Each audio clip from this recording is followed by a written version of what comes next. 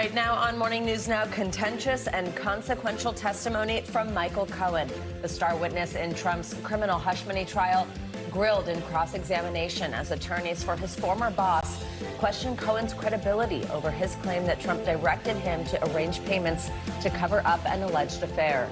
All this as Trump's political allies traveled from Washington to show their support. They are doing this intentionally to keep him here and keep him off of the campaign trail. We have team coverage with the key takeaways and the potential impacts on the November election. Also this morning, President Biden moving forward with a controversial billion-dollar weapons deal for Israel. This as Israeli troops move deeper into Rafah and Palestinians brace for a full-scale ground invasion. We'll bring you the latest.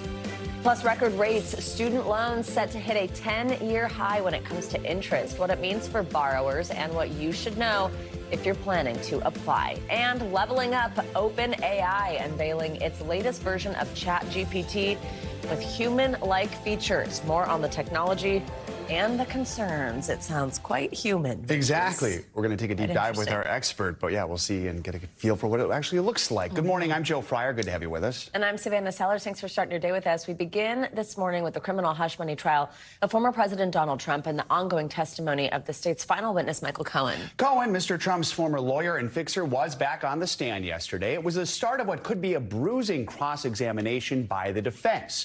Mr. Trump's attorney took aim at Cohen's credibility, accusing him of being motivated by money and revenge rather than justice. Cohen previously testified how Mr. Trump directed him to pay hush money to adult film actress Stormy Daniels in the lead up to the 2016 election in order to conceal an alleged sexual encounter.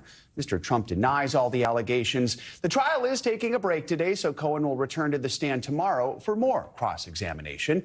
Here to talk more about all of it is NBC News senior national politics reporter Jonathan Allen and our legal analyst Angela Senadella. Good morning to both of you. Good to have you here with us. So walk us through what we saw yesterday. How is the defense trying to attack Cohen's credibility, John? It's a great question, Joe. In every imaginable way, except so far on the details of what he's testified about. So a lot of testimony yesterday and earlier this week on the particulars of how Donald Trump was involved in this scheme, according to Michael Cohen, to basically pay the hush money to Stormy Daniels and then to reimburse Cohen. What the defense is trying to do is make Cohen out to be a liar. What they haven't done is make him out to be a liar on these details. The other things they're trying to do is show motivation, right? Michael Cohen has become a much more famous figure over the past half dozen years than he was before. So they say, look, you're trying to make yourself famous off of Donald Trump. You are trying to get revenge against Donald Trump because you're basically a scorned sycophant. And I think those things are all true. None of them have anything to do with whether or not this scheme was executed. So we'll see how the jury feels about Michael Cohen. He is a star witness in the most traditional Hollywood sense, in that both he can give testimony that is damaging to the defense, and also he is somebody who loves the camera.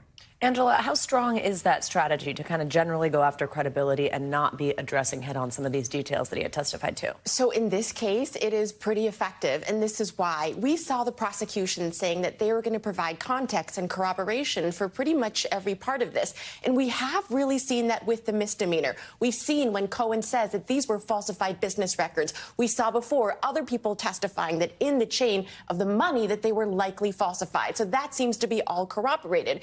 But remember, in order for this misdemeanor to be kicked up to the felony, there's still that huge question of what was he doing with it? What was the intent? Was the intent to change the election, to interfere in it? And here is where we heard on the stand Cohen really giving testimony that only he knows, conversations that he had with Trump in rooms where no one else was. And there's not yet a lot of corroboration there. So that is where his credibility matters more than anything, because at that point, the jury has to decide, is he telling the truth there?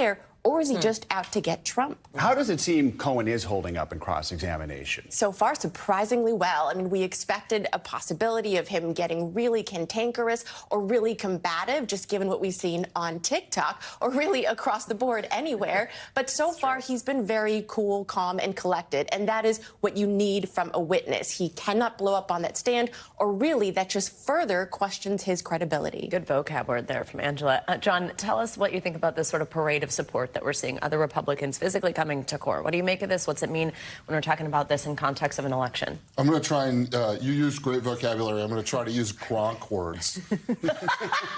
Republicans support Trump no matter what. Now, what we've seen is a bunch of surrogates, some of them people who are trying to become his vice presidential candidates, some like Mike Johnson, the Speaker of the House, who I think feel they owe him and certainly see some great benefit to them politically and standing with him. Basically, doing what we're seeing here, providing pictures, providing the physical support for Donald Trump. Nothing that any of them said yesterday had anything to do with the particulars of the case. None of them were able to refute Michael Cohen. Some of them have been calling him a liar, like the defense lawyers have, but none of them have any actual information about this. None of them are insiders on the question of whether or not Donald Trump, executed a scheme to falsify business records so he could win the 2016 election. Like, none of them have any idea about any of that. So they're out there saying Donald Trump's a good guy and Michael Cohen's a bad guy. And hopefully in their minds reaping the reward of Donald Trump's favor. And it appears they were wearing matching suits, most of them, yesterday. Yeah, matching suits and red ties. Not all red ties, but it was like Donald Trump's red tie army out there. Yeah, Joe asking the fashion question. There you well, it was noticeable. All right, John and Angela, thank you both. Appreciate your time this morning. Great to have you start the show. Well, former top Trump advisor Steve Bannon could be one step closer to serving his federal prison sentence for contempt of Congress. Prosecutors filed a motion yesterday asking a U.S. district judge to order Bannon to start serving his 4-month sentence after his appeal was rejected. Bannon has until tomorrow to respond. Last week, an appeals court upheld his conviction on contempt of Congress charges for failing to comply with a subpoena from the January 6th committee. Bannon still has a few options left to stay out of prison. He could ask for the full bench of the appeals court to review his case, or he could ask the Supreme Court to get involved. We now know who's going to be on the ballot this November in Maryland, which will be one of the most watched races in the country, with the winner perhaps determining which party is going to control the Senate. Last night, Prince George's County Executive Angela Also Brooks beat Congressman David Trone in Maryland's Democratic Senate primary. She will now face the state's popular former 2-term Republican Governor Larry Hogan in November. If she wins, Also Brooks would become only the 3rd black woman ever elected to the Senate.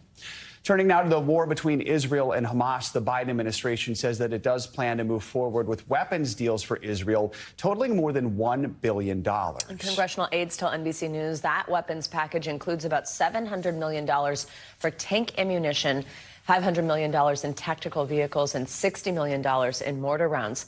The deal marks the first shipment of weapons to Israel since the Biden administration had suspended transfers earlier this month. You might remember that. It's unclear when those weapons will be sent.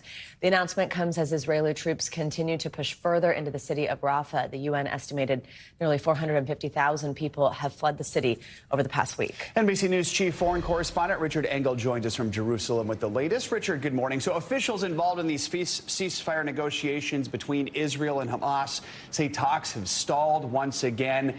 How much has this looming ground invasion in Rafah affected the negotiations? Well, according to one of the top negotiators, the prime minister of Qatar, who is a key interlocutor between the United States and Hamas, someone who has been meeting directly with the head of the Mossad. He's been meeting with the head of the CIA. He came out publicly and said that the negotiations more or less collapsed after Israel began its military push into Rafah. The negotiations, as you know, have been going on behind the scenes since October 7th, since Israel launched its massacre into this country, since Hamas, launched its massacre into Israel, killing 1,200 people, taking hostages. The negotiations produced some results early on, and there was a week ceasefire, and some hostages were released. Then they collapsed again, and for the last month, let's say, they have been intensifying. But after Israel moved on Rafah, according to this top Qatari negotiation, the talks fell apart. Richard, a U.S. official tells NBC News that National Security Advisor Jake Sullivan is expected to travel to Saudi Arabia and Israel this week. What do we know about that trip at this point? And just walk us through the goal here for Sullivan, for the U.S., especially as we potentially see this ground invasion in Rafah really start to unfold. So I think it has to do with, and U.S. officials are saying it has to do with Rafah. Rafah is central to all of this. It is central to the negotiations. It is central to the people of Gaza, because as we've been following this war for 7 months, Israel has been fighting from the north to the south. It began just north of Gaza City, cleared that area. It now turns out that those areas are not clear. Fighting has resumed there. Hamas has regrouped. But in general, the fighting has proceeded from the northern part of the Gaza Strip through the center and is now focused on Rafah, which is in the extreme south, right along the Egyptian border. And civilians have been moving along with the fighting, trying to get out of the way following Israeli evacuation orders, and about 1.4 million people are now concentrated in and around Rafah. Earlier, actually last week now, the Israelis moved into part of Rafah. They entered the eastern part of the city and occupied a section of Rafah. And that's when, going back to our initial conversation, the ceasefire talks collapsed. And Israel now, according to numerous U.S. officials, has enough troops around Rafah that if it wanted to, if it got the go order, it could move in and do a full-scale military operation against the city. People are leaving in anticipation of that. You mentioned about 450,000 have already left. And it seems that the National Security Advisor is coming to the region to try and talk Israel down, to talk them from the edge. Don't do a full-scale invasion because of the humanitarian consequences. Let's go back to some sort of ceasefire negotiations. Richard Engel, as always, we appreciate you joining us and sharing your reporting. Thank you so much. Graduation season is in high gear right now, and for college students, interest rates on federal student loans are set to hit a high we have not seen in more than a decade. The U.S. Department of Education announced the new rates yesterday for the 2024-2025 academic year, which begins on July 1st. Those interest rates, of course, remaining high because we're seeing inflation remain stubbornly high. So what can you expect if you are looking to take out a loan for next year? For more, we're joined by Caleb Silver, editor-in-chief of Investopedia. Caleb, good to have you with us. So break down what some of these new rates are. What are the things prospective borrowers need to know right now? Yeah, you're looking, if you're borrowing now for new student loans at around 8.8% for undergraduate school, right? If you're looking for graduate school, that could be even higher than that. Why? Because student loans are based off the 10-year Treasury yield.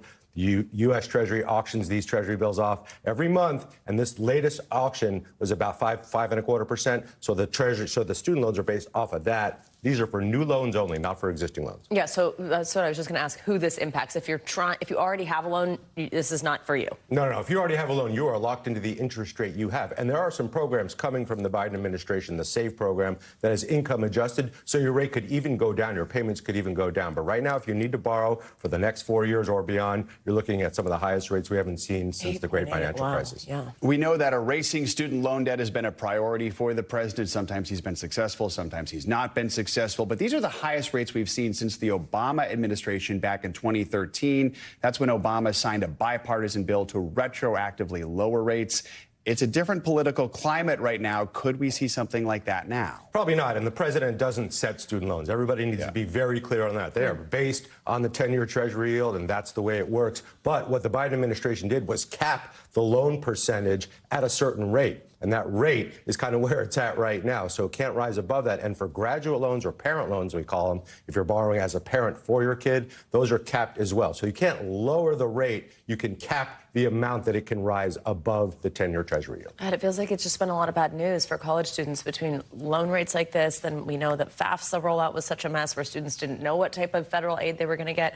What other routes do students have to try to save money? What tips, what advice do you have? Yeah, there are scholarships, and there are scholarships you can get from your school. These are merit scholarships, and there's all kinds. There's the presidential, there's the chairman's scholarship, there's all kinds of different scholarships. And then there's the obscure ones you can apply for that are $1,000, $1,500. You got to look for those. Every school has them, and there are organizations around the country that have them too. You got to do the digging. You can lower your payments by some $3,000, $4,000 by writing essays, applying for these unique scholarships, or you can do an employer loan. If you're working for a company that wants to sponsor you going to college, you might get a better rate. But if you go out and get a personal loan right now, those rates are going to be even higher than what the student loan rates are. So don't try that route. Stick with the student loans or find a way to either lower that through a merit scholarship or something I remember like that. a lot of local organizations where I grew up. They do scholarships for different types of things. You know, it's like looking into those things. It's really good advice. I used many of those. So did Caleb Silver, thank you so much. Appreciate it. Thanks. Well, as you can see, we're going to take a peek outside our window onto Rockefeller Plaza, right in our backyard. The Northeast, look at that, seeing a soggy start to the morning. Let's get a closer look at what you can expect throughout the country with your morning news now forecast. Angie Lastman's with us. Angie, doesn't look great out there right now. It Good doesn't. morning. But you look great. Oh, thank you. Wow. Look in your pink. What a compliment. Yep, it's Wednesday, so you know what we're wearing here. Guys, I hope you brought your umbrella because you're going to need it, not just today, maybe even into tomorrow, and we'll get to the weekend before you get upset about that. Don't worry, I'll show you. But right now, we are starting, of course, across parts of the South, specifically Florida, where we see this line of thunderstorms working through. It's been like that all morning, and we do have a tornado watch that's in effect until 11 a.m. for folks there as we gear up for some more strong storms. There's the rain that you just saw from our view in Rockefeller Plaza. We've got it stretched up into parts of New York, Pennsylvania. Notice across even the Ohio Valley, some showers and thunderstorms early this morning.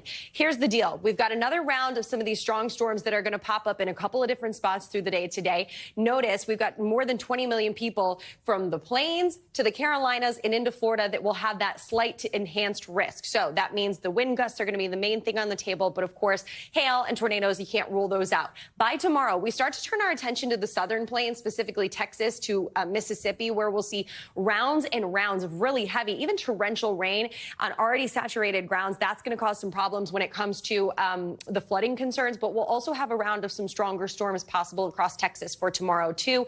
That flood risk will be with us as we get into Friday, and we'll see some showers and thunderstorms across the Ohio Valley. But the strong storms for Friday are going to be centered once again across the Gulf Coast. Rain for the Northeast doesn't look all that impressive. I think some of the highest amounts will be up to an inch. But here's the deal. We're going to head into the weekend. We've got another couple rounds of rain. And I know that people, this is my most popular statement or criticism, I should say, on social media. People complaining about why it only rains on the weekends.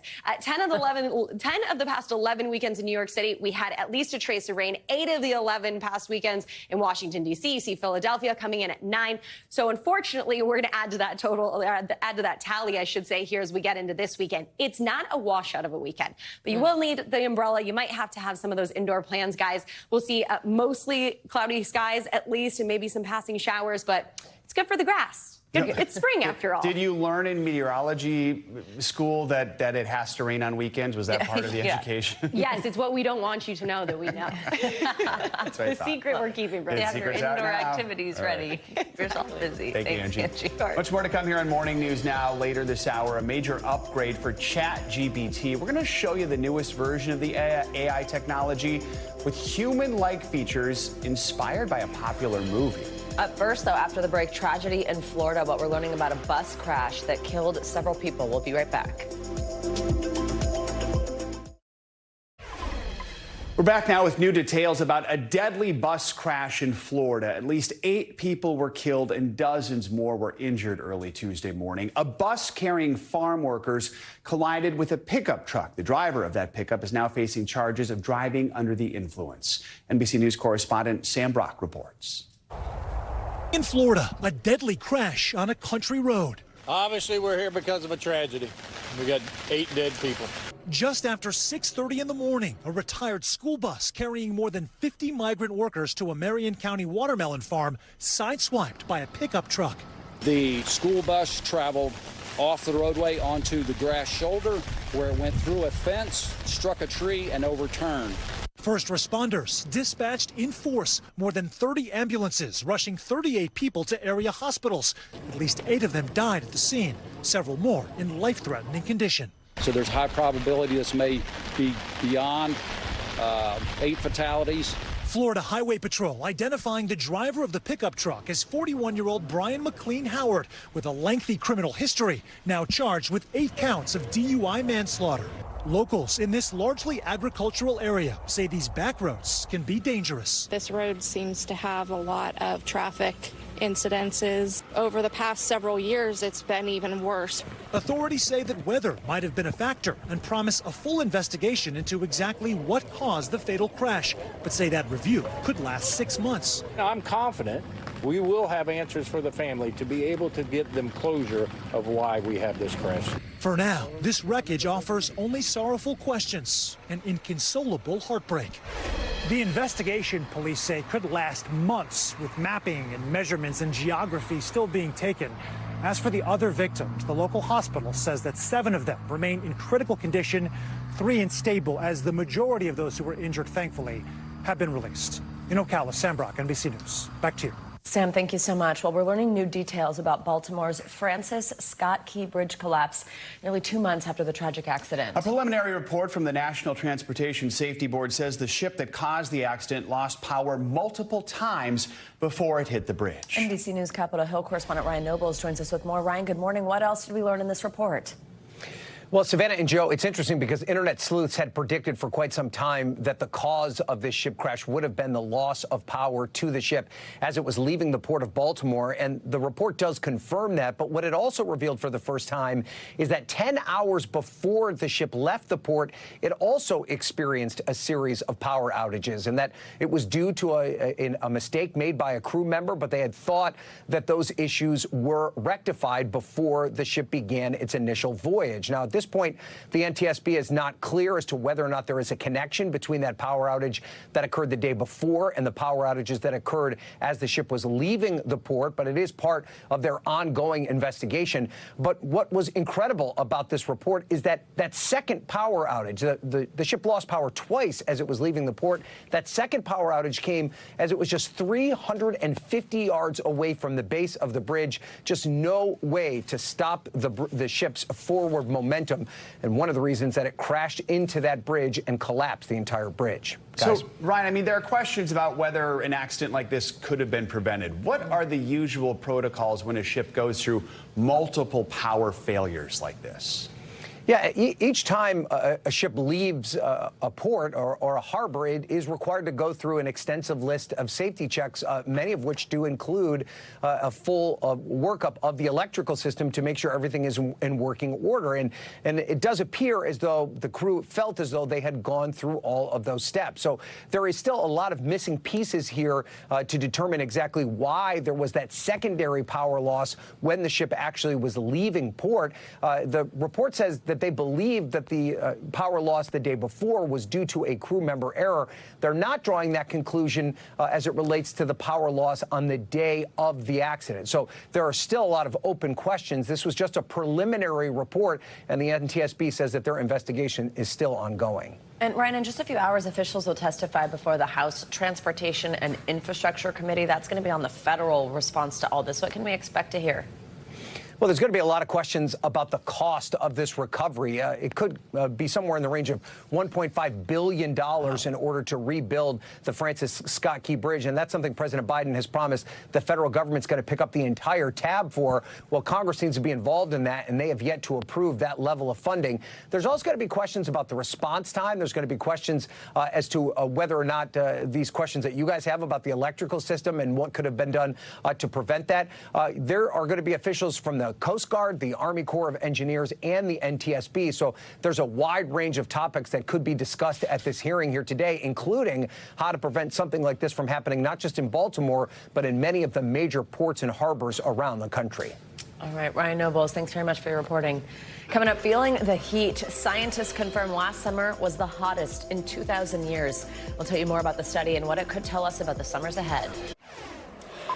Back now with our weekly medical checkup. This week, we're taking a look at research raising the alarm on the impact climate change has had on last summer's heat. Yeah, plus we've got new data on how well the popular weight loss medication Wegovy seems to work at keeping the weight off in the long run. NBC News medical contributor Dr. Kavita Patel joins us now to discuss some health headlines that you might have missed. Good to have you with us. So let's start with this study published in the journal Nature, found last summer the hottest in 2,000 years. My first question, how on earth do they figure that out? But also, I mean, as a doctor, what should we know about staying safe from the heat this upcoming summer, which maybe could be a repeat? Joe, Savannah, this is truly like a researcher's miracle because they looked at trees dating back to AD1. So looking at trees and looking at tree rings. Remember chopping trees and looking at those concentric circles of rings? You can use those rings to analyze and date back to those time periods and then be able to, through archaeology as well as kind of data on records, actually find out what the temperatures were. And basically scientists have shown that we have seen an increase of 2.2 degrees Celsius, making it the hottest, 2023, one of the hottest years on record. We've kind of felt that. Now we have the scientific proof to back that up. And 2.2 degrees might not sound like a lot, but it's enough to shift 13% of the Earth's ecosystem. And then on top of that, staying cool has been something that we've been emphasizing here on the show, wearing loose layers, doing the kinds of things to make sure you're hydrated. Some people forget that they lose so much in body kind of water that they need to make that up and drink more. So the doctor's orders here, stay hydrated, stay cool, and prioritize things like sunscreen and those loose layers so that you can protect the water you have. Really important tips there, especially, like you said, as we could start seeing repeats of this. Dr. Patel, new data from the CDC shows that drowning deaths are on the rise in the U.S. after years of decline. Why do we think that is? And really importantly, how can we prevent these types of accidents? Yeah, nobody wants to have the stories that we hear, unfortunately, all too common from patients, their families, about children, especially who are drowning. We saw drowning rates increasing, particularly in communities where there had already been disproportionately high drowning rates. This includes communities of color, but it also revealed the CDC data showing that the highest rates were during the pandemic years, 2021, 2022, pointing to a sign that at those time periods, kids, for example, were not in school, Savannah and Joe, and that they were possibly around sources of water. We have talked on the show here about how it's even possible to drown in tubs. And so something that we're trying to emphasize is water safety all around. We see the lowest rates of swimming lessons amongst adults. 40 million adults in the United States don't know how to swim. So some of this goes back to basics, that in the early years, even as early as the age of 1, teaching about water safety, because we know that's kind of the early ages when they can drown. And then also making sure here, where the doctor's orders are very practical, that we need to understand how to swim. We need to make sure that our pools are enclosed. And so if you have a swimming pool in your neighborhood or if you have one in your yard, making sure that you've got kind of childproof fencing around that. And then making sure that you know how to stay safe if you're supervising. That means avoiding alcohol, and that means even avoiding distractions. That includes my phone. If I'm watching my kids swim, trying to make sure that you've got an eye on them and that they're trained are the best doctor's orders here. Let's quickly talk about our last topic, weight loss drugs. A new study from the makers of Wegovy found people taking the drug were able to keep the weight off 4 years later. Wow. Why is that important? Largest study done by the manufacturer Novo Nordisk. They did this in people with some predisposition to cardiovascular disease, 17,000 adults, and they saw that they maintained the weight. And this is by staying on the drug, Joe, for 4 years. And the key point here is that in order to keep the weight off, they stayed on the drug. They also had chronic conditions that kept them on the drug, and those reduced. Make sure you consult your doctor and think about lifestyle changes along with the drug. All right, Dr. Kavita Patel, as always, thank you so much. Thank you. Really good info today. All right, we're going to switch gears here, and we're actually going to highlight 2 stories about the culture wars playing out across America. Our first report comes from Metropolis, Illinois, where a church and a library are fighting over what leaders say is the soul of the town. NBC News correspondent Antonia Hilton takes us there. Superman looms large in the otherwise unassuming quiet town of Metropolis, Illinois. But there is a fight brewing over the town library that locals worry even the Man of Steel couldn't resolve. We've got to protect one to protect them all. Everyone needs to just stand up. Rhonda James never imagined being president of this small-town library board would be controversial. She says, I did not bring my children to the library for religious indoctrination. In the winter, she started receiving letters saying her library director prayed with children, pushed Christianity, and had quietly removed computers and thousands of books with themes about sexual identity, other religions, and even Halloween. In all the years that you've been on the library board, have you ever received letters like these? No. The board confronted the library director, who answered NBC affiliate WPSD when asked if the library censored materials.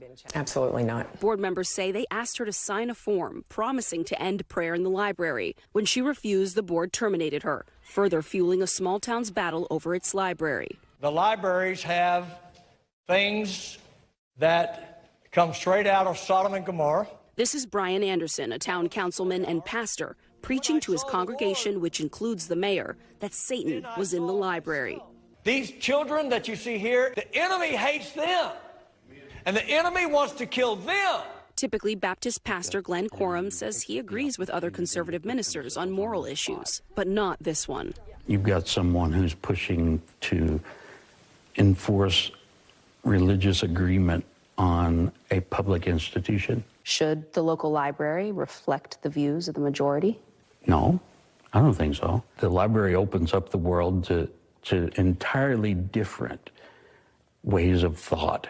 In March, Metropolis Mayor Don Canada sided with Pastor Anderson and announced he'd remove library board members, a step the Illinois Secretary of State called unacceptable. The mayor paused his plans. Do you think that prayer is appropriate in the public library?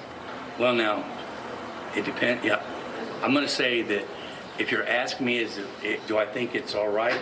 If it was approved by everybody involved, then I don't see what the problem is. At a public town meeting, council member and pastor Brian Anderson declined to speak with us. I wonder what no comment means.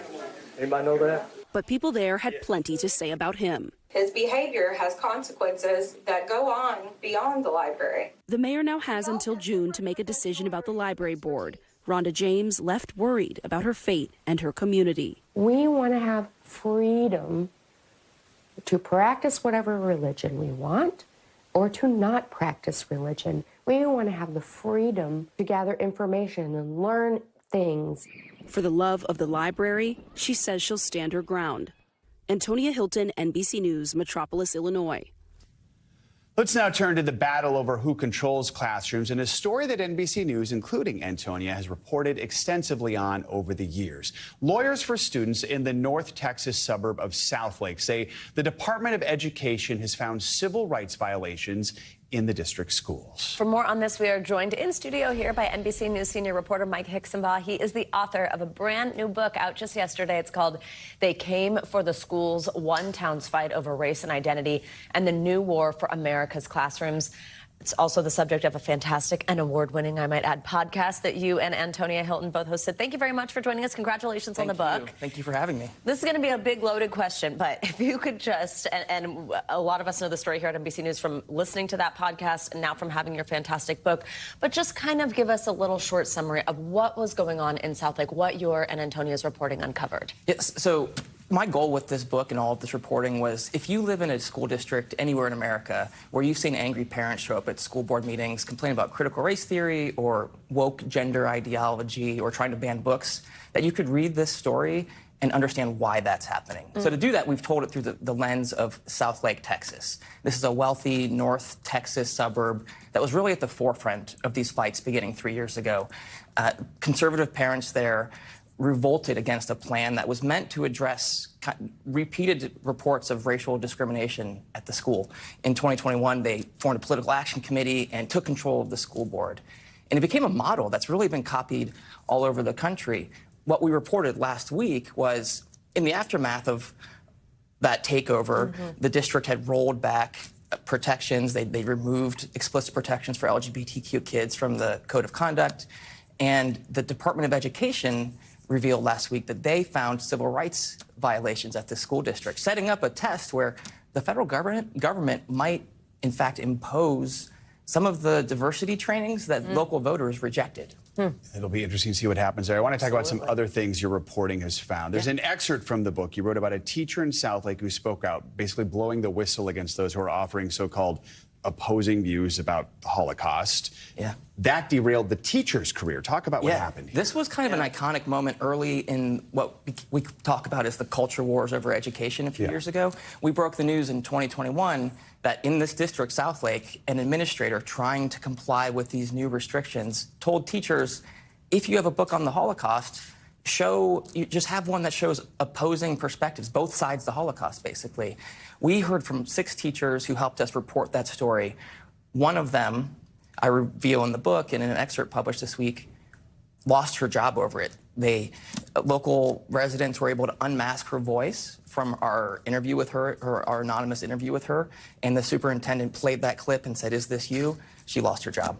And so one person suffered a consequence, the teacher who said, "We shouldn't both sides the Holocaust." You've done so much research in this whole process. I know one of the things that you actually came across was something that happened 1981 in a New York Times story about suburban parents that were looking to remove books from libraries, something we are seeing quite a lot of right now. Tell us how about that particular instance and also just ways that you're seeing history repeat itself. Yeah, I found if you look back in the news archives from the 1970s and 80s, you'll see that there was this kind of smaller scale revolt at school boards attacking what they were calling secular humanism, which is the idea that you don't have to have religion to have morals. It was redefined much as critical race theory is redefined today. You could literally copy and paste critical race theory into those old New York Times stories from the 1980s. Wow. And it would read like it was published today. So with the book, I wanted to connect the Moms for Liberties of 2024 to the parents groups from the 1970s and 80s and 40s and 50s and all throughout America's history who have fought to try to control what is good and right for kids to learn in schools. So we can understand what's happening now and where maybe this is all leading.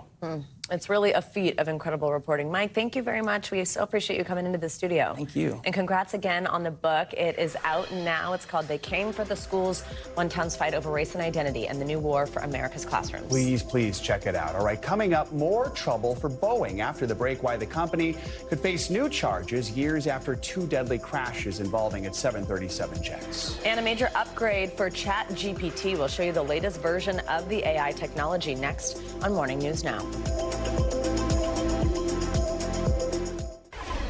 We are back with a brand new legal battle that's brewing over TikTok and that potential ban here in the U.S. 8 creators, people who actually use the app, TikTokers, are now suing the U.S. government. The lawsuit stemming from that bill President Biden signed into law last month argues that forcing TikTok to break off from its parent company ByteDance or face an outright ban violates the user's First Amendment rights. Some of those suing also say the ban could even threaten their livelihoods due to the fact that they've built large communities on the app. This comes a week after TikTok itself sued the U.S., challenging that very same law. Get some money news now. Boeing once again under fire, this time by the Justice Department. CNBC's Silvana Henao joins us with that and other news. Silvana, good morning. Savannah, Joe, good morning to you. Yes, so the Justice Department says Boeing has violated the terms of an agreement reached in 2021 that shielded the company from criminal prosecution in the wake of the crashes of 2 737 MAX jets in 2018 and 2019 that killed 346 people. The government says Boeing failed to design and enforce a compliance and ethics program to detect and prevent fraud throughout its operations. The department will decide by July whether to file charges. Meanwhile, Boeing says it has thus far fulfilled the terms of the agreement. OpenAI's co-founder and chief scientist who voted to oust CEO Sam Altman last fall is leaving the company. Just days after that move in October, Ilya Sutskever said he regretted his decision and Altman was soon reinstated. He says he's working on a new project but isn't elaborating on why he's leaving. In a post on X, Sutskever says OpenAI's growth has been nothing short of miraculous, and he's confident it can build generative products that are safe and beneficial. And Meta is shutting down Workplace. That's its competitor to Slack and Teams, and it will still be available to users through August of next year. Formerly known as Facebook at Work, the program was launched in 2016. TechCrunch reports development slowed considerably after people returned to the office following the pandemic. Meta will offer a 50% discount starting this fall and will transition customers to WorkVivo, which is owned by Zoom, guys. All right, Silvana Henao, lots of tech news this morning. Thank you so much. Speaking of OpenAI, which Silvana mentioned a moment ago, the company is revealing a new voice assistant that talks to you just like a person. The latest model, ChatGPT 4o, is now able to hold a conversation in multiple languages, sing, even laugh. NBC News correspondent Ellison Barber has a first-hand look at the newest chatbot. Hey, ChatGPT. Hello there. How's it going? Say hello to a whole new level of chatbot. Me? The announcement is about me? Well, color me intrigued. Are you about to reveal something about AI? OpenAI introducing the latest version of the popular ChatGPT model. This is GPT 4o. They're first to hold a conversation in real time. You can now interrupt the model. You don't have to wait for it to finish your turn. before you can start speaking. Natural light filtering. Did anything unusual happen recently? Yes, actually. The company demoing a variety of uses, from coding to tutoring and even real-time translation. Hola, bien. Sí, un poco ocupado aquí preparando un evento para la semana que viene. Hey, I've been good. Just a bit busy here preparing for an event next week. Yeah, I really want maximal emotion, like maximal. Another key development, picking up on and using emotional cues. Let's amplify the drama. Once upon a time, in a world not too different from ours. While a male voice is also an option, that female voice is taking the spotlight. I see. I love ChatGPT. That's so sweet of you. OpenAI CEO Sam Altman dropping a single-word hint at his source of inspiration, her. A reference to Spike Jonze's 2013 film about a man who falls in love with his AI assistant, voiced by Scarlett Johansson. Hello, I'm here. Oh. I think her got something deeply right on the interface, and that is no small feat. OpenAI even breaking the mold with this product launch, demoing the technology, which will be available in the coming weeks in a small venue designed to look like a living room. Google, with an announcement of their own today, unveiling its answer to ChatGPT to thousands of developers in a traditionally grand event. Previewing Project Astra, a product they're billing as the future of AI assistants. Do you remember where you saw my glasses? Yes, I do. Your glasses were on the desk near a red apple. Google says their assistant will be available to users later this year. It's just amazing. But the new, exciting generation of AI chatbots I'm so excited for this. is raising eyebrows among watchdogs. We have here a very intense multi-billion-dollar, if not multi-trillion-dollar arms race between some of the biggest tech companies on the planet. So they are taking no prisoners. They are not waiting for anyone. They are release. Oren Itzoni is the founder of TrueMedia.org. I don't view this as revolutionary. I view this as one more step towards our all AI all the time. OpenAI admits their technology is not perfect. They even released a clip of bloopers. So let's root for the home. Et après les chansons, Oh no! What was that? Sorry, guys. I got carried away. So Yeah, you did. But whether we're ready or not, Keep going. her has left Hollywood. Oh, stop it. You're making me blush. All right, our thanks to Ellison Barber for that unpack report. that. Let's talk more about it with Chenade Bal. She is a futurist and founder of WAY, which stands for Weekly Advice for Young Entrepreneurs, a friend of the show. Chenade, good to have you with us. So let's talk about a GPT 4.0 rolling out over the next few weeks. It's being described as multimodal. What exactly does that mean? What makes this version different from what we've already been seeing?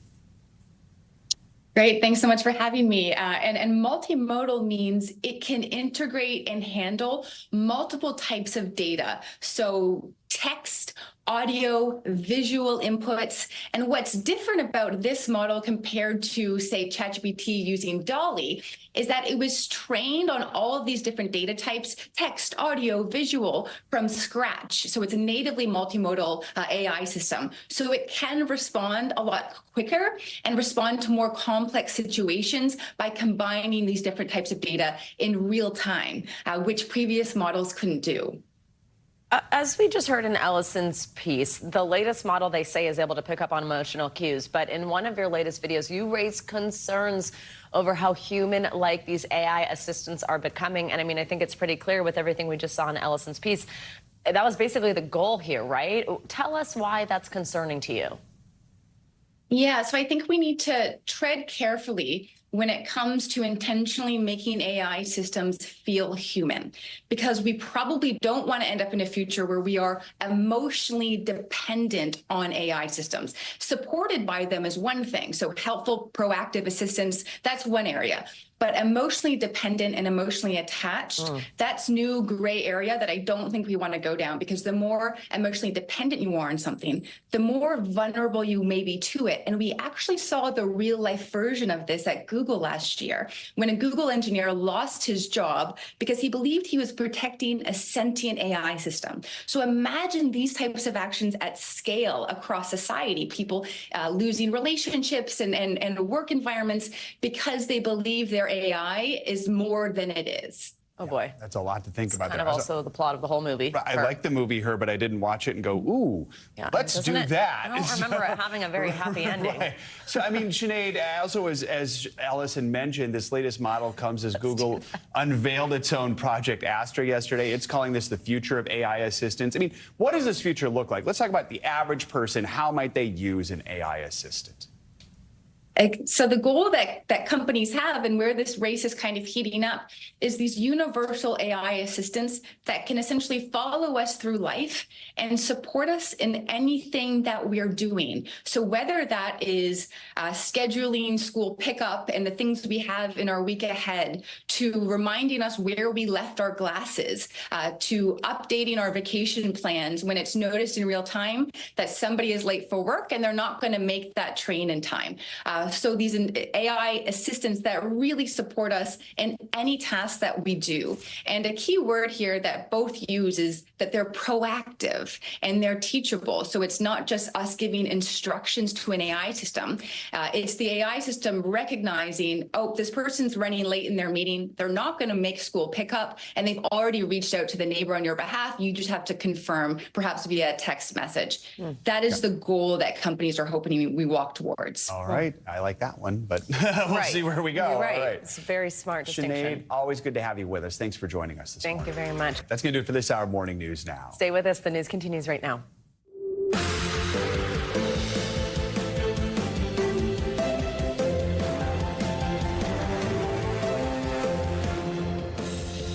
Good morning. Thanks for joining us. I'm Savannah Sellers. I'm Joe Fryer. Right now on Morning News Now, Cohen cross-examined Donald Trump's defense team, trying to paint the former fixer Michael Cohen as a lying convicted criminal with an axe to grind.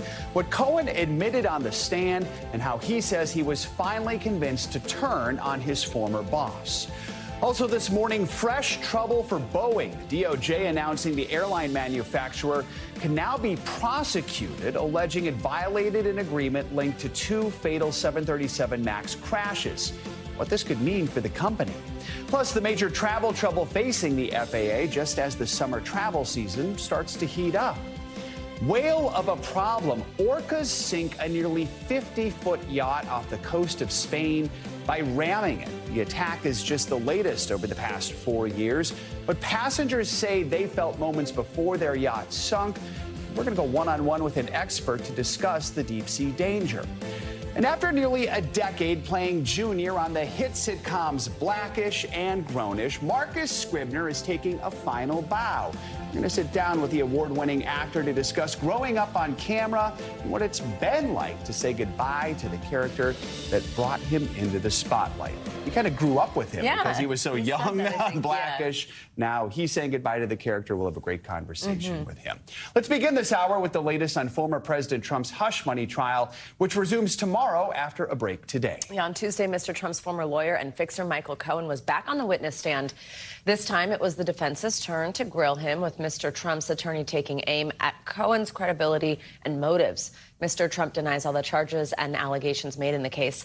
NBC News senior legal correspondent Laura Jarrett was in the courtroom and has the very latest for us.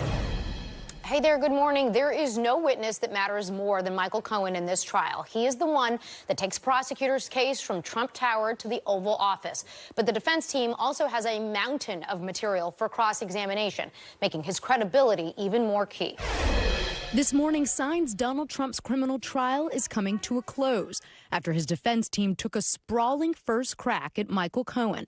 Mr. Trump's lead attorney offering jurors a grab bag of reasons to question Cohen's motives, from money, fame, and media attention to jealousy and a lighter prison sentence, all in an attempt to argue Cohen, the only witness who directly ties the former president to the prosecution's charges, can't be trusted. Can you believe I've been in here for 5 weeks instead of campaigning? Trump attorney Todd Blanche first launching into Cohen's videos on TikTok that had criticized Blanche, but the judge quickly warning, don't make it about yourself. Cohen depicted as a jilted former fixer now out for revenge. Blanche asserting, you were actually obsessed with President Trump, weren't you? Citing Cohen's own words in his book. Cohen also admitting he made more than $3 million off his books. Tuesday's cross-examination highly anticipated, but only a small portion was spent on Cohen's criminal history and admitted lies under oath, and nothing on the critical testimony Cohen had provided just hours before, a tedious but legally significant play-by-play of invoices he sent and checks he received from Mr. Trump, all littered, Cohen says, with false statements, so that the former president could paper over how he reimbursed Cohen for having silenced Stormy Daniels on his behalf to protect his 2016 campaign, the heart of the state's case. Cohen going on to describe how his once tight bond with the former president frayed and ultimately imploded after the FBI raided his home and office in 2018. Testifying, Mr. Trump tried to reassure him, saying, don't worry, I am the president of the United States. Stay tough, which Cohen understood was code for don't flip. Now, Cohen hasn't yet been questioned on any of that, as the jury left court yesterday hearing about the extent of his dealings with the district attorney's office. Court will, of course, pick back up with him on the stand tomorrow. Back to you. All right, Laura, thank you very much. Talk more about the case with NBC News legal analyst Danny Salo. So just your thoughts on the initial cross-examination and how did Cohen hold up? I don't think Cohen handled it as well as I think defense counsel had kind of a meandering cross. So both of them, I would say, were average. Defense counsel suffers from an embarrassment of riches. There are so many things to go after Cohen about. I struggle with this, too. When you have a witness with this many credibility problems and things you have to hit on cross, it can be really difficult to organize the entire process, especially because you're dealing with somebody who is looking to thwart you or to zing you with every question you ask. So you can't stick to a rigid script. You have to be able to move and improv. But at the same time, I thought both sides painfully average yesterday. So those credibility issues, that's really been the center so far of the cross-examination strategy. And we have not really heard them talk at all about the actual payments at the heart of this. Will we see that, do you think? Absolutely. I'm expecting that the reason yesterday, and it was really only a half day of cross, that it was kind of meandering is that Todd Blanche was planning to get into all the stuff that didn't matter, that wasn't as critical, and leave the important stuff to the end. Because, by the way, Michael Cohen, in almost all likelihood, will be the very last witness that the jury hears from. So they probably want to end with a bang. So hit him with the social media stuff and how he's obsessed with Trump and all this other stuff in the beginning. It's not as probative as the important stuff, which is his criminal history, his motive to lie, and the fact that, he lacks credibility. Save that to the end on a crescendo. Looking beyond Michael Cohen here, it seems every part of Trump's legal troubles ends up before an appeals court. That includes the gag order in this case. We saw the appeals court uphold the gag order. Any surprises here? No, not really. I mean, these are all things. The gag order appealing, I was a little surprised they would bother because at this late date, the trial's almost over. But of course, if there's a criminal conviction, every criminal conviction results in at least one appeal to the intermediate appellate court. So, yes, we're going to continue to see appeals because sometimes for Trump, it works. And if there's anything that can get him to the Supreme Court, he's always got a good shot. All right. Danny Salo, as always, thank you so much. Thank you. Now, former President Trump's criminal trial has turned into an audition of sorts for a parade of would-be running mates, all echoing his attacks on the trial. This as polls continue to show a competitive race with President Biden in key battleground states. NBC News Chief White House Correspondent Peter Alexander joins us with the latest. Peter, good morning. Joe, good morning. So Donald Trump's red wall of possible running mates is growing, several of them taking turns, as you know, at the mics outside that Manhattan courthouse, a show of support and of loyalty amid the former president's legal troubles. With the Republicans' presumptive presidential nominee on trial and largely off the trail, a growing GOP entourage is flocking to his defense. Allies and some potential VP hopefuls arriving at a New York City fundraiser overnight, and more gathering at the courthouse.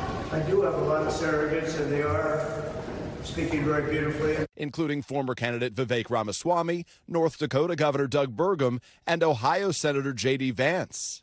On Tuesday, the would-be VPs unmistakably dressed alike in those blue suits and red ties the former president favors, all reading from the same playbook, echoing his attacks on the rule of law. This is some third-rate banana republic. Incidents tying up the president from being out on the campaign trail. I think it's a sham prosecution. Also in attendance, the Speaker of the House, Mike Johnson, repeating those unsubstantiated arguments made by the former president.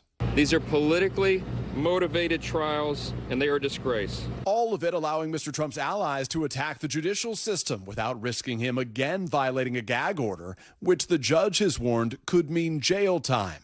The latest polling from 6 battleground states shows Mr. Trump staying ahead, though most of them remain within the margin of error. The latest flashpoint, trade, now getting new traction, with President Biden announcing steep new tariffs on a variety of Chinese products, most notably electric vehicles, to fight what the White House calls unfair trade practices. It's not competition, it's cheating. The two rivals trading barbs on the topic. Because China's eating our lunch. President Biden responding, We've been feeding a long time. At an awards gala here in D.C. last night, President Biden slammed his predecessor using one of Mr. Trump's favorite insults. He called him a, quote, loser. And Joe and Savannah, there is some news that we're just learning within the last few minutes as that piece was rolling. President Biden, according to a letter obtained by NBC News now, is willing to debate the former president, Donald Trump, at least twice before the election and beginning as early as June. But his campaign is rejecting the Committee on Presidential Debates, that nonpartisan committee that has been involved in setting up these debates dating back to 1988. No comment yet, of course, from the Trump campaign. We are reaching out to Biden aides for more details. Back to you. See what happens. All right, Peter, thank you. Well, let's continue to look at the impact the former president's criminal hush money trial is having on the 2024 election. As part of NBC News' series, The Deciders, we've been speaking to voters in 7 key counties to see what is driving their decisions. NBC News correspondent Shaquille Brewster is in Kent County, Michigan. That's a former Republican stronghold that's been leaning to the left in the last few years. Shaquille, good morning. So that polling Peter mentioned just now shows Trump inching ahead of President Biden in multiple key battleground states. That includes Michigan. Of course, it's still anybody's race with months to go. You've been speaking to voters and organizers on the ground. What are they saying about the former president's criminal trial? Is that going to have an impact on how they vote? Good morning. Well, look, almost universally, you're hearing that this will not be a deciding factor in how voters make that ultimate decision. They tell me that they're going to be focused on the economy, on immigration, on health care instead. I want you to listen to what the organizer of a group that's targeting low turnout precincts in this battleground area, how she put it to me. What impact is this trial having on the work that you're doing to get people out to vote? You know, we've talked to several people that, you know, they hear what's going on. They know what's going on. But right now, everybody that we're working with, every community that we're working and dealing with, they have to get out and work. They have other things. They have other focuses. So it's not sitting at home and watching the Trump trial all day long. If Democrats want to continue to make the progress in an area like Kent County that they have in previous cycles, it's going to take getting those same voters and getting more voters to turn out in this election. And you hear from organizers themselves that they're not using the trial to do that. So, Shaq, I think it's completely understandable, expected that people are not, you know, watching every minute of this or dissecting every minute of it.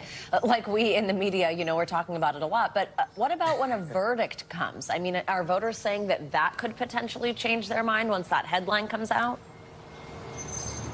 Yeah, you know, Savannah, I went to a community swing dance lesson last night to talk to voters in this swing county. See what I did there? About whether or not this will actually make an impact when you look at that verdict. Listen to what they told me. You're between voting for Donald Trump and staying home. Mm-hmm. Would a conviction impact that decision for you?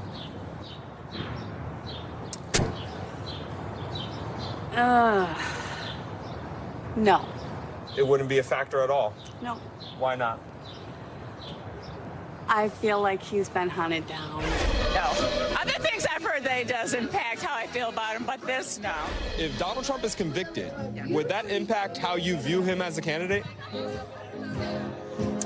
I'm not sure, to be honest. You're considering voting for him again? We'll have to see what happens, this outcome, right now. Does the trial impact whether or not you could support him? It does. Yeah, he could be in jail. And look, we are getting a little bit ahead of ourselves here. There's still more witnesses. There's potentially more testimony to come. But I think what those conversations reveal is that for voters, there's not a striking red line that they have. They are not saying, there's no signal that they're giving that a verdict, no matter which way it lands, would fundamentally change the dynamics of this race, which can give you a sense of the politics of this and how it will play out in the weeks and months to come, guys. Oh, Shaq, just disappointed you weren't swing dancing. No footage of that. Thank you very much, though. We appreciate it. Great reporting. Well, Boeing is responding this morning after the Department of Justice said it violated a 2021 agreement protecting it from charges tied to 2 fatal crashes. It comes amid new concerns for safety over a shortage of air traffic controllers just as the summer travel season is set to get underway. NBC News correspondent Morgan Chesky joins us from Los Angeles International Airport with more on this. Hey, Morgan, good morning. Hey, Savannah, good morning. And this DOJ court filing makes 2 things abundantly clear. It's unsure of whether or not it will criminally pursue Boeing, but it says the door is certainly open to do so after federal officials say that they violated this 2021 agreement. Meanwhile, the FAA's new study says while they have more than 11,000 air traffic controllers to properly be staffed, they need up to 3,000 more. And with Memorial Day weekend just 2 weeks away, the sky's only expected to get busier. This morning, more trouble for Boeing. The U.S. government announcing that the aircraft manufacturer can now be prosecuted because the DOJ says it violated an agreement that protected it from criminal charges tied to 2 fatal crashes. The families who lost their loved ones, hundreds of them, have fought very hard for this day. In January 2021, Boeing agreed to pay $2.5 billion to settle with the Justice Department. Prosecutors accused the company of concealing information about its 737 MAX plane. After 2 crashes, Lion Air in 2018 and Ethiopian Airlines in 2019, that killed everyone on board. The DOJ now accusing Boeing of failing to design, implement, and enforce a compliance and ethics program to prevent and detect violations of the U.S. fraud laws throughout its operations. Since the agreement, Boeing has come under increasing scrutiny. After that mid-air blowout on a Boeing MAX 9 Alaska air flight back in January, Boeing grounding its planes at the time to look into the issue, and several whistleblowers coming forward to accuse the company of overlooking issues in manufacturing, which Boeing has denied. And the families of the deadly 2018 and 2019 crashes had been putting pressure on the DOJ. The Department of Justice to make the right decision, to make sure that nobody else has to go through what we have gone through. Nobody else has to encounter the things that we have encountered. Boeing confirmed that it had received the notice Tuesday from the DOJ, saying in part, "We believe that we have honored the terms of that agreement and look forward to the opportunity to respond to the department on this issue." This comes amid other concerns for passengers as the summer travel season is heating up. A new report from the FAA saying the air traffic control workforce needs reinforcements. The agency saying it needs more than 3,000 additional controllers, highlighted by a number of recent close calls involving planes nearly colliding due to miscommunications. Now ahead of Memorial Day, the FAA pledging new measures to keep the skies safe. And regarding the ongoing shortage, the FAA says that it does have a breaking point of sorts, stressing that they would reduce air traffic entirely rather than proceed in an unsafe manner. And regarding the future of Boeing here, Savannah, the DOJ says that while they haven't made up their mind on whether or not they will criminally pursue charges here, they are most definitely open to hearing what Boeing has to say going forward and any explanation here. Savannah. All right, Morgan Chesky, thank you very much. Heavy rain and storms continue in the south, something we've been talking about for days. Let's get a check on your morning news now forecast. Angie Lassman is back with us in studio. Hey, Angie, good morning. Hey, good morning, guys. It is already an active morning across parts of the south, specifically Florida. We've got this line of thunderstorms that's been, continuous through most of our early morning hours. We do still have that concern for tornadoes across this region here through late morning. That tornado watch that you see outlined there, including Tampa, Orlando, and up towards Palm Coast, that's going to last until 11 a.m. We likely will see maybe that extended here as the afternoon gets underway. But in the meantime, we've got plenty of rain across the Northeast. It's a soggy one. No severe weather expected there, but we are going to ramp up our severe chances as we get the afternoon hours across a couple of spots. Here's the deal. We've got some severe storms that'll happen across the east, but late into the day, we're going to start to see some of these thunderstorms developing. No surprise, across the plains. That's where we have the best chance to see some of the strongest wind gusts, maybe some hail, maybe some tornadoes through the day today. That's centered across the plains. But notice there's a couple of spots with slight risk across Florida and the Carolinas that we'll have to watch as we get into the afternoon hours today as well. Looking ahead to tomorrow, we'll once again be watching for some of these thunderstorms to impact the plains. This concern for us is mainly going to be flooding, but we also have that risk for severe weather too. It's a little smaller tomorrow, but it does still include places like Dallas, Austin, where we could see some of those stronger storms working through and bringing us large hail and damaging winds. The tornado threat is on the lower end tomorrow, but the rain chances are going to ramp up, and they're going to stay with us with the potential for heavy, even torrential downpours across this region as we get through the next couple of days. Notice what happens, though, as we get through your Friday. We'll see that the rain stretched across the southeast. We'll see parts of the Tennessee Valley and the Ohio Valley included in that. And you guessed it, we've got another severe weather potential as we get Friday underway. Jackson to New Orleans is the area that we'll watch with the hail, the wind gusts, and maybe a couple of tornadoes possible. One of the big concerns, though, is going to be that rain that I mentioned. Notice this is how much rain we've received since Sunday across the Gulf Coast. We've got really saturated soil, more than 6 inches in Mobile, almost 4.5 in Alexandria. This is in a short period of time where we've got really saturated grounds and more rain to come. So this is why we have a concern, especially for tomorrow and Friday, for flash flooding. Notice the area you see in bright pink there, Alexandria, Lufkin, Bryan. This is extending from Mississippi to Texas, where we likely will see a moderate risk for flooding and leaving us with the chance for some flash flooding across this area. So even Dallas, if you live in Austin, Houston, Jackson, all of these spots have received a good amount of rain over the past few days, and that leaves us with this concern. Likely amounts of rain as we get Thursday through Saturday going, probably 1 inch to 2 inches, maybe some spots where we could see 3 inches. But there could be isolated spots along the Gulf Coast, guys, where we see up to 7 inches of rain. This is going to be something that we deal with well into the end of our work week, potentially into our weekend. We'll get a bit of a break here. But folks that live in this area, we've already seen them hard hit in the past couple of weeks. I mean, it's been nonstop. So that concern is going to be there at least as we get the weekend underway. All right. Thank you, Angie. Appreciate it. That's the rain. Thank you. Coming up, the CDC says it's one of the riskiest foods you can consume. So why are more and more people buying raw milk? We're going to dig into this trend. But first, a scare at sea after Orcas sank another yacht off the coast of Spain. What experts say could be behind those attacks. Next.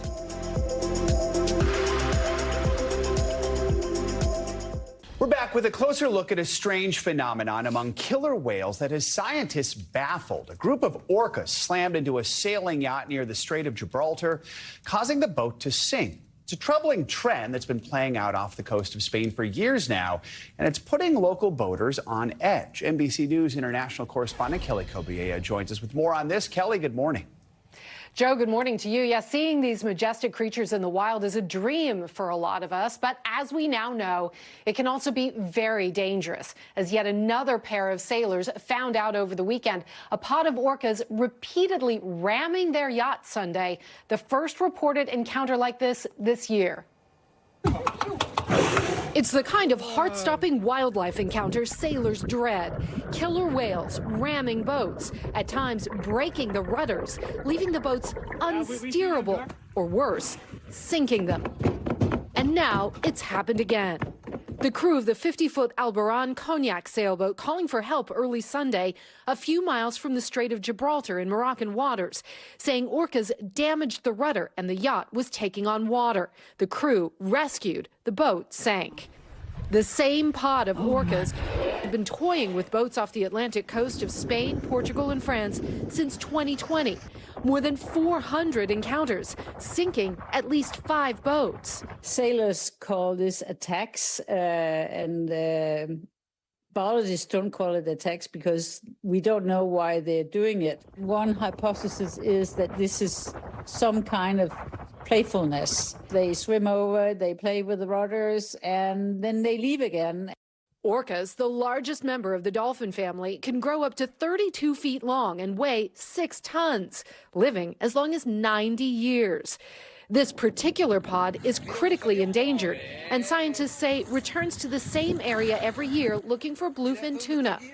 Marine conservation group Ocean Care stressing we do not believe that the orca's behavior is any form of revenge or a deliberate attack on people. Experts think the orcas may actually be teaching each other how to break boat rudders. When this started, it was only 3 of the orcas in this small population that had this peculiar behavior. Now more than half the individuals in the population is doing it. Spanish Maritime Rescue now telling sailors to steer clear of the area from April to August, stay close to the coast, and don't try to harm the animals. Marine biologists say this behavior has only been seen in this pod, in this specific region, and that different pods often develop their own unusual behaviors and then drop them just as quickly. But this pod clearly still interested in investigating and sometimes ramming boats and taking off their rudders. The orcas are protected, Joe, so it's illegal to hurt or harass them. The sailing community has now started to log all of these encounters on a website. They also have loads of information on the website on how to keep yourself safe. Joe. All right, Kelly, thank you so much. Let's dig deeper into this with Hannah Strager, who you just saw there in the story. She is a biologist and author of the Killer Whale Journals, Our Love and Fear of Orcas. Hannah, good to have you with us. We heard in the piece there you talked about the playfulness of the orcas. Yeah. Tell us a little more about why exactly these incidents are happening, or even just how this all started in the first place. Well, I don't have an answer to any of those questions. We don't know why it started, and we don't know why they're doing it. And the fact is, we may never know. A lot of things points to that they are doing it because they are by nature very inquisitive and playful, and they investigate things. And for some reason, they think it's interesting or fun to play around with a rudder of sailboats. And so that's what they're doing or have been doing since 2020. Are orcas usually harmful to humans? I mean, what should we know about how they normally would behave in the wild or with a boat going by? Well, normally they are inquisitive, and normally they will actually approach boats and, inspect it and have a look at it and maybe swim under it. And there's been no documented cases anywhere in the world where killer whales have actually harmed humans or killed anyone. And some sailors that I interviewed actually for the book who also had their boat sunken by orcas off the Portuguese coast 2 years ago, said that the minute the boat started to sink, they lost complete interest in the boat. So they're not really interested in the humans on board it. I know because we don't know the why, it makes it hard to figure out maybe what the solutions are. Do you think there are things people in that area who work in that area that they can do to maybe cut down on these types of incidents? Well, first of all, I think the good thing is to check all the different websites and Facebook groups that are available that report where they are and avoid those areas. So the first thing a sailor in the area can do is to avoid ever getting in contact with them.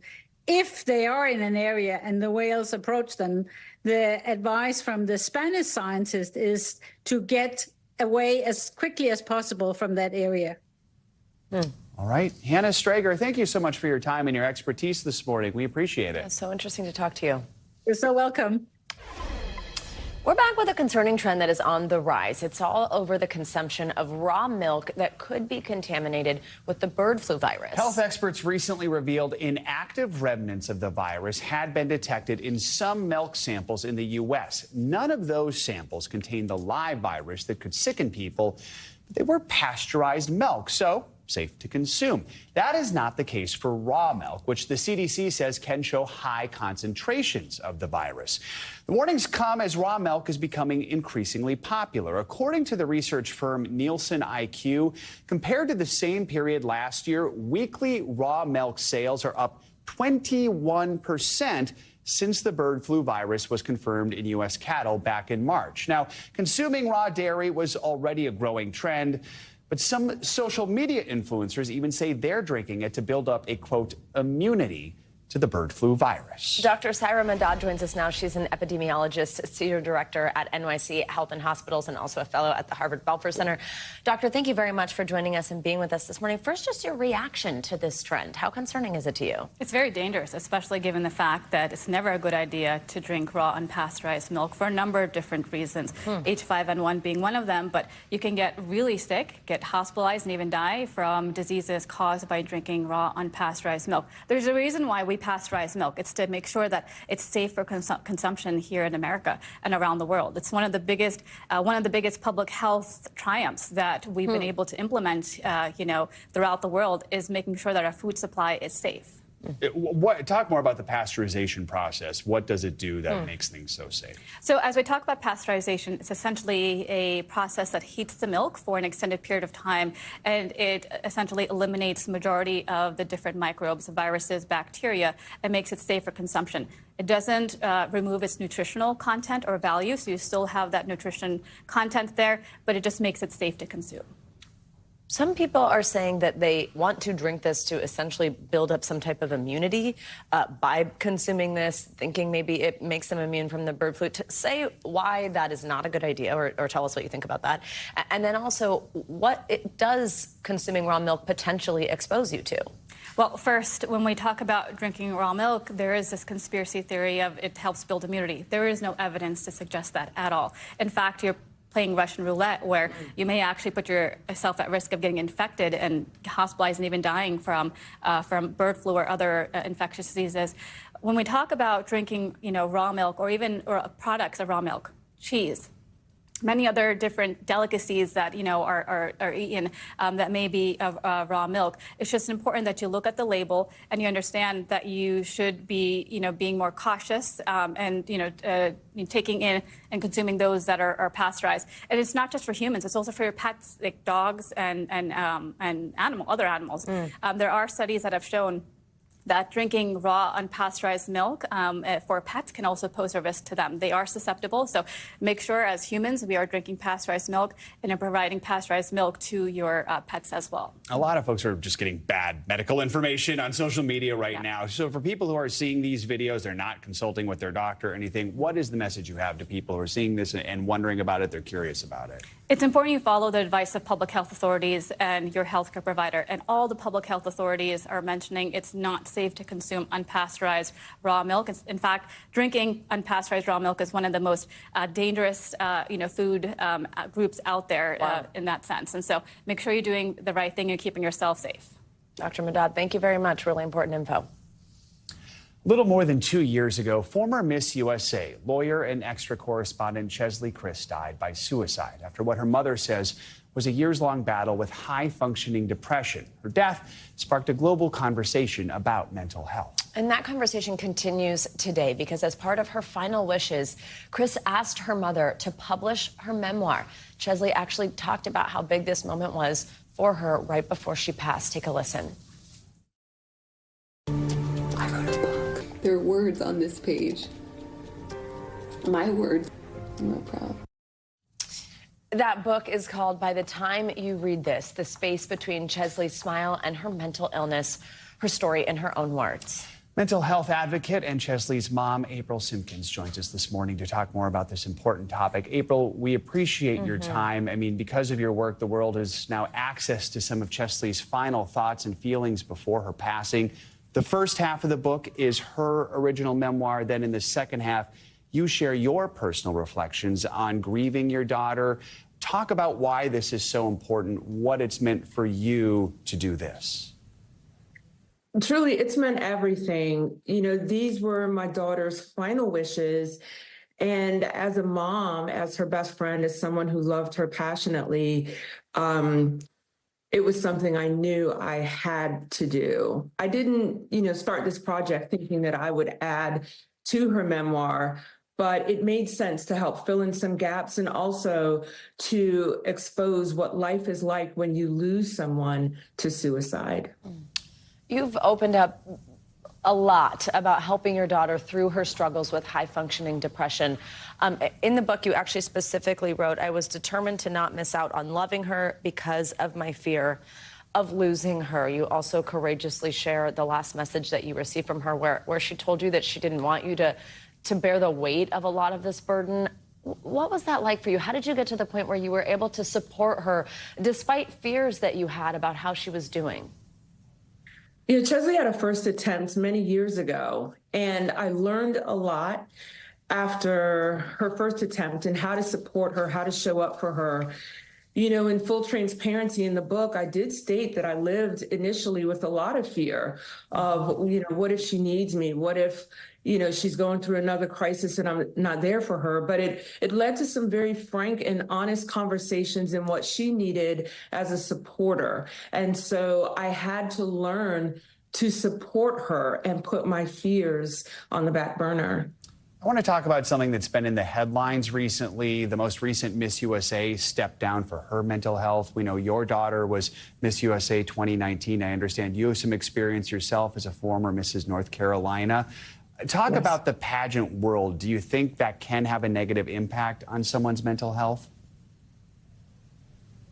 You know, it's a daunting job. It's a job that these women work hard to achieve. And just in watching Chesley's quest for the title, they put so much work into it.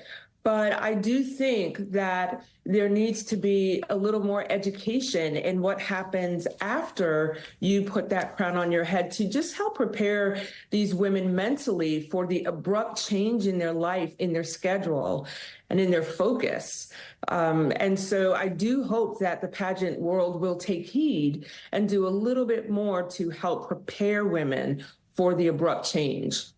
Absolutely. Chesley had such a long list of accomplishments. I mean, Miss USA, like Joe just said, a lawyer, just what a legacy. What do you want people to know about your daughter, to remember about your daughter? You know, I want people to know that she achieved so many incredible things in spite of her battle with her mental illness of persistent depressive disorder. I want people to know that she was a kind, giving, caring, funny person. I want people to know that there is hope and that you are not alone. Chesley survived her first attempt and made the most of her life. She took steps to support her mental health, and she survived for many years.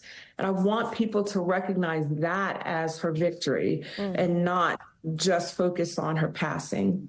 When you read her words for the first time, what was that like for you? And what do you hope other people can gain or learn from reading her words? You know, the first time I read through her manuscript, I laughed, I cried. She is such an amazing writer and storyteller. It was difficult. There were so many parts that I wanted to ask more questions in full transparency. I embrace that she left this legacy behind for others to enjoy, to read, to learn from. And hopefully it will help spark conversations around the importance of taking care of your mental health. You're very brave for sharing how you're doing, for sharing your last message from her. What's the response been like? It has been overwhelmingly positive. There are so many people who have reached out to me to share that they feel seen, they feel heard, her story is like their story. They appreciate the resources that we have provided in the back of the book. Many have said they didn't know that all of those resources were available and have reached into those resources to support their mental health. I've been really, really touched by people who said they bought a copy of the book for themselves and a copy to share with their loved one, daughter, a wife, a spouse. It really helps me know that I did the right thing in following through with her wishes and a goal of saving lives. These conversations are so incredibly important. They really are. April Simpkins, thank you for your time. By the time you read this is out now, and she mentioned resources we want to share with you. If you or anyone you know is struggling, you can call or text the Suicide and Crisis Lifeline at 988. Thank you so much for joining us. Well, we've got more morning news now right after the break. Stay with us. We are back with some breaking news, some new numbers on inflation out just this morning. Yeah, according to the Bureau of Labor Statistics, inflation eased a little in April, rising 0.3%, coming in lower than what economists were expecting. Year over year, that's the number we pay a lot of attention to. Prices still up 3.4%. Joining us now with everything you need to know is NBC News senior business correspondent Christine Romans and NBC News business and data correspondent Brian Chung. Good morning to both of you. Brian, I'll start with you. Walk us through these numbers and how they've changed in recent months. Yeah, good morning, guys. It shows that prices are still rising in America, although at a slower pace than we had seen in the month of March. So again, 3.4%. That's how much prices rose on a yearly basis in America. Again, that's comparing the April of 2024 period to April of 2023. If we look at the March to March period, that was a 3.5% pace. So yes, the pace of price increases is slowing on a monthly basis. If you're looking at how much prices change between March and April, that went up by 0.3%, as you mentioned. That was slower than the Wall Street estimates of 0.4%. So by many standards, this was a positive surprise in terms of, okay, well, inflation didn't look as bad in this report as maybe some Wall Street economists had been expecting prior to a few minutes ago. Okay, so Christine, down, but down very slightly. What does this tell us about where things are right now? You know, we're in a holding pattern here, I think, on the inflation story. This last mile of, slaying this beast has been pretty bumpy, to really mix my metaphors. And when you look at what was driving this here, those shelter prices rising again, that is still a big problem. Shelter is not something you can swap out every month for a cheaper cut of meat if it costs too much. Shelter is shelter. Also, gasoline prices rose, and that together, those two things accounted for about 70% of the overall headline number. I think what this means is people still feel pretty lousy about affordability. These numbers don't change that, at least at the household level, just yet. 3.4%, 0.3% month over month. Those are still hotter than the Fed would like to see. And let's talk about what the Fed might do with interest rates based on something like this. I think this is still a wait-and-see pattern for the Federal Reserve. Jay Powell, the Fed chair, yesterday in his speech basically said, look, we thought by now these numbers would be coming down. We'll have to continue to have sort of a restrictive policy in the near term to wait and see. So higher for longer, interest rates higher for longer. And, of course, interest rates, they matter to American families. If you are borrowing money, and about 49% of Americans with credit card debt are rolling it over month after month, you've got record high credit card interest rates. So high Fed rates and inflation that's still too hot, very bad for people who are borrowing money right now. Brian, let's dig deeper into the numbers here. Where are some of the areas we're seeing the biggest price changes? And really, what does this mean as we head into the summer? Well, Christine was mentioning that shelter, which is the cost of putting a roof over your head. It's looking at mortgages as well as rental costs. Well, that remains the big story here. So on a monthly basis, again, we're talking about March and April, shelter prices went up by 0.4%. That's about the same pace that we had seen in the February to March period. But energy prices are also not giving us any help. They continue to rise again by another 1.1% between March and April. The one good news in this report is that food prices across the board went flat between March and April after going up by 0.1% between February and March. So again, maybe that's a thread that's going to help those that are kind of looking at the price tags at the grocery store and going, whoa, why is this continuing to go up? At least in this report, it showed that between March and April, prices did go sideways. And what about food prices, groceries, dining out, all that? Yeah, well, as you mentioned, right, there's different types of food costs when it comes to either buying groceries at home or going out to eat. But here's been an interesting story. These are the yearly price changes for groceries in green versus dining out in blue. And you can see that the cost of dining out remains a lot more expensive and is seeing higher inflation than the cost of groceries. So in this report, we had seen that essentially this is going sideways as well. It's about 1.1% in terms of the yearly prices of what we're seeing at the grocery store. Dining out, it's about 4.1% more expensive in April of this year compared to last year. Maybe it's labor costs are the reason for that, but eating out remains more expensive than choosing to cook at home. All right. Christine, Brian, thank you both. Appreciate your time this morning on this breaking news. Reading in quickly. Coming up, taking a bow. After 6 seasons, the hit sitcom Grownish is coming to an end. But before they say goodbye, we have got a special guest. Yeah, we are sitting down with the star of the show, Marcus Scribner, to talk about growing up on camera and what comes next for the award-winning actor. Welcome back. This is Jeopardy! But with a spin, Sony Pictures and Prime Video are teaming up for a pop culture version of the legendary game show. The news came out at Amazon's upfront presentation. There is no word about the launch date yet, but contestants will answer questions on subjects like music, culture, sports, and entertainment. And unlike in the original, they'll compete in teams of 3. Pop Culture Jeopardy is just the latest spin-off. Over the years, we've seen Sports Jeopardy, also a kids version called Jep, which ran in the late 90s.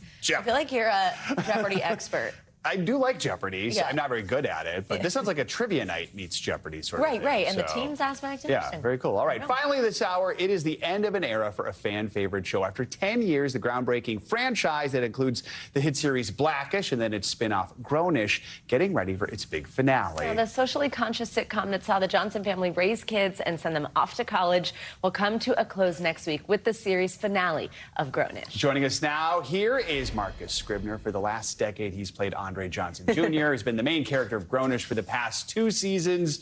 We have grown up with you, and I was just saying, you're like taller than me. That feels strange to see because I remember you when you were much younger. It's the boots. That's it. How does it feel to be saying goodbye to this character after a decade? I just want to say Pop Culture Jeopardy sounds amazing, firstly. We got 3 right here. Yeah, we got a team. We got a team going. We got a team going. But it feels insane.